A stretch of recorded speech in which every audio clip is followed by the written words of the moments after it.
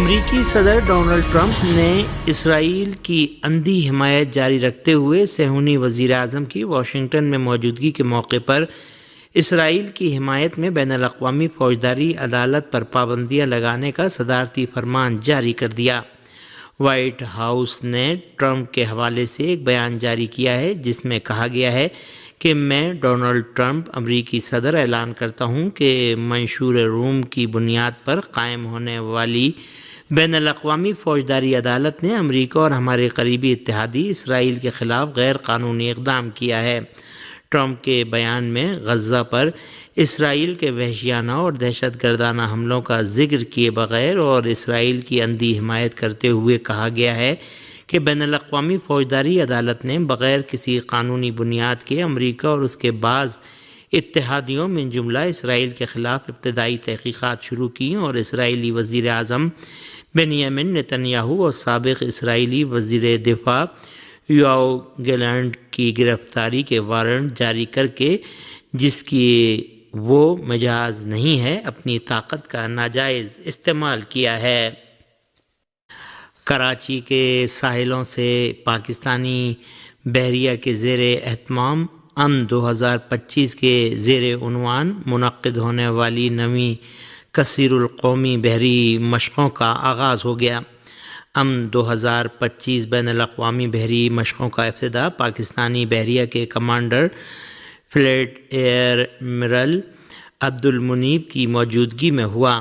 ان فوجی مشقوں میں اسلامی جمہوریہ ایران کی بحریہ کا ایک اعلیٰ سطحی وفد بھی اس موقع پر ہونے والی بات چیت میں شرکت کرے گا اور ایرانی بحری جہاز بھی پہلی بار ان بحری مشقوں میں شرکت کر رہا ہے۔ 2025 بحری مشقیں ہر 2 سال میں ایک بار منعقد ہوتی ہیں۔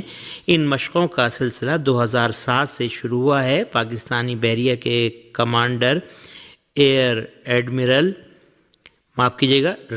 ایڈمرل عبدالمنیب نے کہا کہ رواں سال امن مشق میں پہلی مرتبہ امن ڈائیلاگ کا اضافہ کیا گیا ہے۔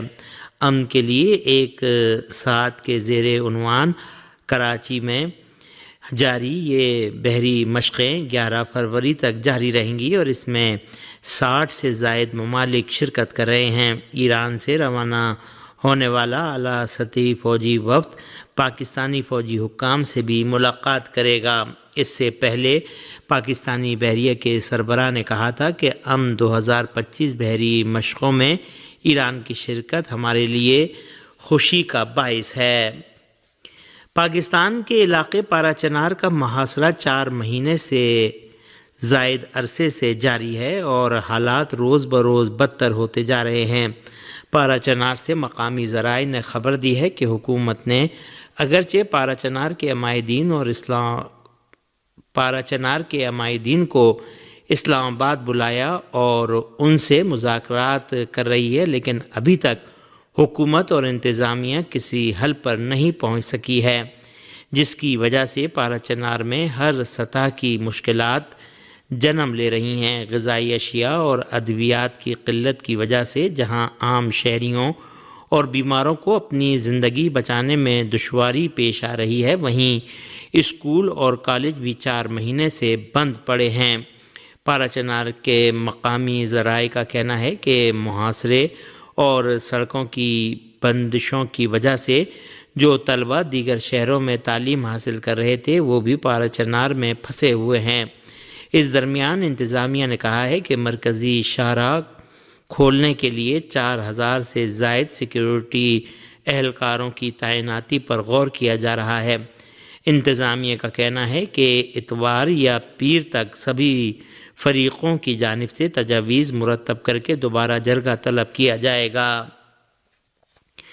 ہندوستان کی ریاست اتر پردیش کے شمالی ضلع پریاگ راج میں جاری مہاکمبھ میلے میں آج پھر آگ لگنے کا واقعہ پیش آیا ہے۔ ہندوستانی میڈیا کے مطابق مہاکمبھ میلے کے دوران جمعے کو آتشزدگی کا یہ واقعہ سیکٹر 18 کے قریب پیش آیا، جہاں اولڈ جی ٹی روڈ پر قائم ایک کیمپ میں اچانک آگ بھڑک اٹھی۔ ذرائع کے مطابق اس حادثے میں 22 ٹینٹ مکمل طور پر جل کر راکھ ہو گئے۔ آگ کی شدت کو دیکھتے ہوئے فائر بریگیڈ کی 40 گاڑیاں موقع پر پہنچ گئیں اور ریسکیو آپریشن شروع کر دیا گیا۔ ایس پی سٹی نے تصدیق کی ہے کہ ماہ کمبھ میلے کے علاقے کے سیکٹر 18 میں لگی آگ پر قابو پا لیا گیا ہے۔ اس حادثے میں کسی جانی نقصان کی اطلاع نہیں ملی، تاہم آگ لگنے کی وجوہات کی تحقیقات کی جا رہی ہیں۔ فلسطینی میڈیا اور مقامی ذرائع نے بتایا ہے کہ صہیونی حکومت کی جارح فوج نے شمالی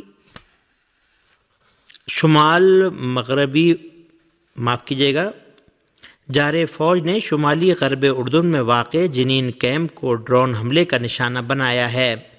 فلسطین کے مقامی ذرائع کا کہنا ہے کہ صہیونی غاصبوں کی فوجی کارروائیوں کے دوران جنین کیمپ میں کئی دھماکوں کی آوازیں سنی گئیں۔ ان ذرائع نے غرب اردن کے شمالی الخلیل میں واقع بیت کاہل کالونی پر بھی صہیونی فوج کے حملوں کی خبر دی ہے۔ مقامی ذرائع نے میڈیا کو بتایا ہے کہ اسرائیل کے فوجی ساز و سامان بھی دیر الشرف چیک پوسٹ سے شہر نابلس میں پہنچا دیے گئے ہیں۔ دوسری جانب القدس فورس کے جنین بریگیڈ نے اعلان کیا ہے کہ اس گروہ کے مجاہدین نے السیلہ ہارسیہ کالونی کے گیٹ پر ایک اسرائیلی فوجی گاڑی کے راستے میں دھماکہ کیا ہے۔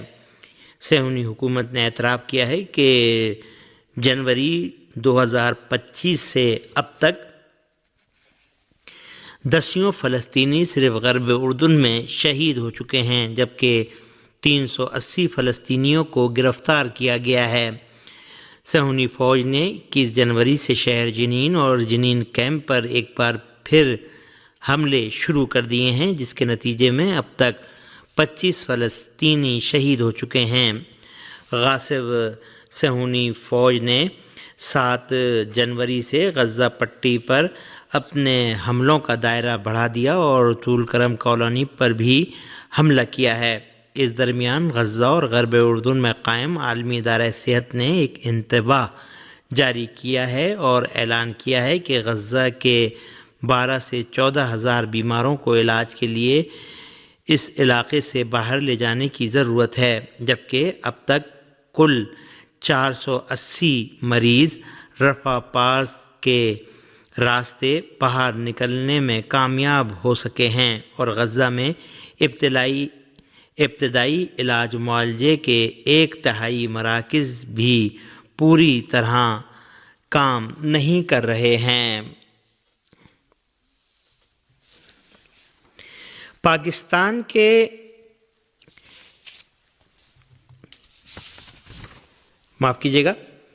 صہیونی فوج نے ایک بار پھر جنگ بندی معاہدے کی خلاف ورزی کرتے ہوئے جنوبی اور مشرقی لبنان پر حملے کیے ہیں۔ خبر رساں ذرائع نے اعلان کیا ہے کہ صہیونی حکومت نے جنگ بندی کے خلاف ورزی کرتے ہوئے لبنان کے جنوبی اور مشرقی علاقوں کو فضائی حملوں کا نشانہ بنایا ہے۔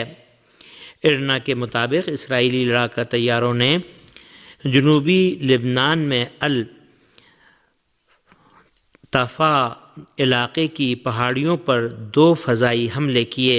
اسی طرح میڈیا رپورٹ کے مطابق شام کی سرحد کے قریب مشرقی لبنان کے علاقوں پر بھی اسرائیلی جنگی طیاروں نے بمباری کی ہے۔